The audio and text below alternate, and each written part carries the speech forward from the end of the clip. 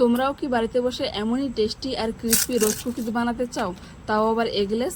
তাহলে চলো আমি দেখাবো যে এগলেস রোজ কুকিজ কীভাবে বানাতে হয়।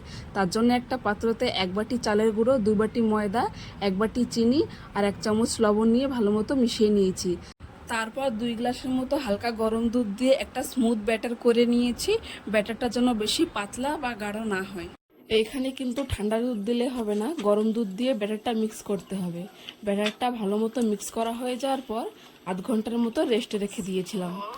আধ ঘন্টা পর ব্যাটারটাকে একটা চামচের সাহায্যে একটু মিক্স করে নিয়েছি। তারপর কড়াইতে তেল দিয়ে ওতে ছাঁচটা দিয়েছি। ছাঁচটা যখন গরম হয়ে যাবে ওই ছাঁচটা ব্যাটারে চুবিয়ে তেলের মধ্যে দিয়ে দিতে হবে। তেলের মধ্যে ছাঁচটা দেওয়ার পর ছাঁচটা একটু ঝাঁকি দিতে হবে যাতে কুকিজটা বেরিয়ে আসে। কুকিজটা কিন্তু ধীরে ধীরে লো ফ্লেমে ভাজতে হবে, না হলে পুড়ে যেতে পারে। কুকিজটা যখন হালকা গোল্ডেন ব্রাউন কালার আসবে তখনই নামিয়ে নিতে হবে। এইভাবেই বাড়িতে বানিয়ে নিতে পারো রোজ কুকিজ।